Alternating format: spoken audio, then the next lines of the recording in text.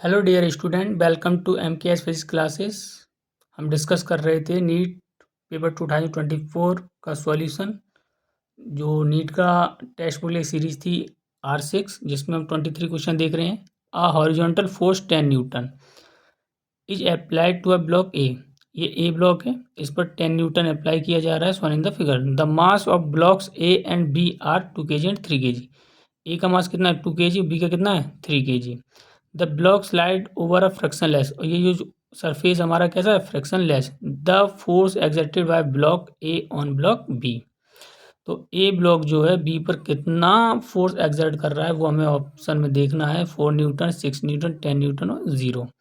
अगर हम बात करते हैं, इसको थोड़ा सा जूम करके देखते हैं दोनों ब्लॉक को। जब हम दोनों ब्लॉक को जूम करके देखेंगे तो ये हमें इस तरीके से दिखाई देगा।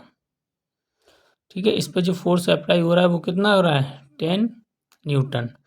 अब देखो न्यूटन्स थर्ड लॉ, अगर एक बॉडी एक दूसरे के टच में है तो वो एक दूसरे पे क्या करती हैं, फोर्स अप्लाई करती हैं, एक्शन और रिएक्शन। तो ये वाली बॉडी इस पर फोर्स अप्लाई करेगी और ये वाली बॉडी इस पर उतना ही फोर्स अप्लाई करेगी। कहने का मतलब ये बॉडी इस पर जो फोर्स अप्लाई करेगी और ये बॉडी जो इस पर फोर्स अप्लाई करेगी वो वैल्यू क्या होंगी, सेम। हम टी और टी ले रहे हैं, इस तरीके से होगा। अगर ये बॉडी इस पर फोर्स अप्लाई कर रही है कितना टी, तो ये बॉडी भी इस पर कितना फोर्स अप्लाई करेगी टी। न्यूटन थर्ड लॉ, क्योंकि ये दोनों बॉडी क्या थी टच में थी। अब हम इस पर रिजल्टेंट फोर्स की बात करते हैं। रिजल्टेंट फोर्स क्या होता है हमारा एम ए इक्वल टू क्या हो जाएगा, इस पर जो फोर्स अप्लाई हो रहा है वो किस डायरेक्शन में फोर्स अप्लाई हो रहा है इस पर। ये बॉडी इस पर लगा रही, क्या लगा रही टी, और इधर लगा रही 10 न्यूटन। तो 10 न्यूटन से इसे applied force on the block to 10 newton, तो ये ब्लॉक इधर जाएगा। तो कहने का मतलब क्या होगा 10 माइनस टी, क्योंकि अब इसकी बात करें तो इसको इसको छोड़ दो। ठीक है, तो इस पर दो फोर्स अप्लाई हो रहे हैं 2 kg पर। एक तो 10 न्यूटन जो किसी ने भी एक्सटर्नल फोर्स लगाया होगा, एक 3 kg की वजह से कितना टी। तो यहाँ से m कितना हो जाएगा हमारा 2a equal to 10 minus T, equation number first. अब इस ब्लॉक पर केवल एक ही फोर्स अप्लाई हो रहा है, वो भी कौन सा, ये वाला, और किसकी वजह से 2 kg की वजह से। तो क्या लिखोगे, resultant force M A equal to T. तो एम की वैल्यू क्या होगी अब 3a इक्वल टू टी। अगर हमें क्या फाइंड करना है, टी फाइंड करना है, इक्वेशन नंबर सेकेंड। अगर हम ए की जगह क्या पुट कर दें यहाँ पे टी बाई 3, तो कितना हो जाएगा हमारा 2 × ए की जगह क्या पुट करेंगे T/3 इक्वल टू क्या होगा 10 माइनस टी।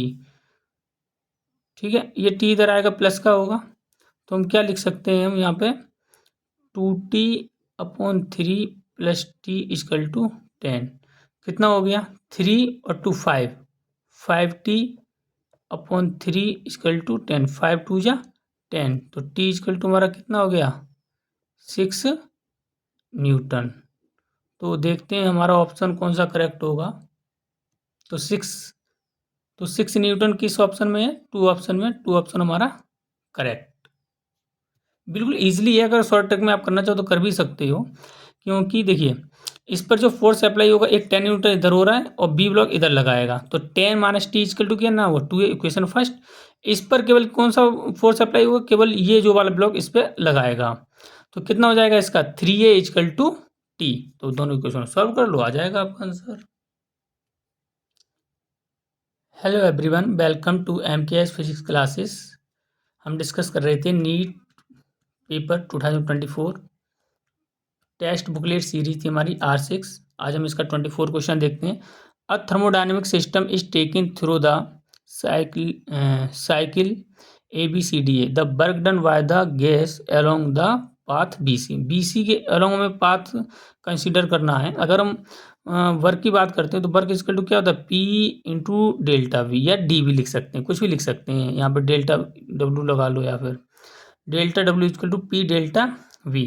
अब देखो डेल्टा V का मतलब क्या हो गया, डेल्टा V का मतलब है V2 माइनस V1। और B और C के लिए देखें तो बी पॉइंट पर जितना वॉल्यूम है वही सी पॉइंट पर है, तो दोनों वॉल्यूम क्या है सेम। जब डेल्टा वी की जगह आप क्या लिखोगे V2 माइनस V1, और दोनों जब सेम होंगे तो कैंसिल आउट हो जाएंगे, तो वर्क डन हमारा कितना जाएगा 0।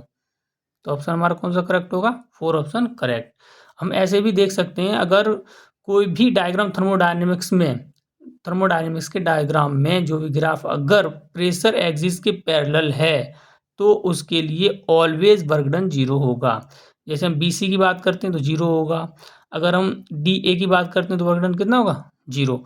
अगर इसके लिए निकालते हैं तो हमें ये एरिया फाइंड करना पड़ेगा, इसके लिए निकालते हैं तो हमें ये एरिया फाइंड करना पड़ेगा, टोटल के लिए निकालते हैं तो इसका एरिया हमें फाइंड करना पड़ेगा।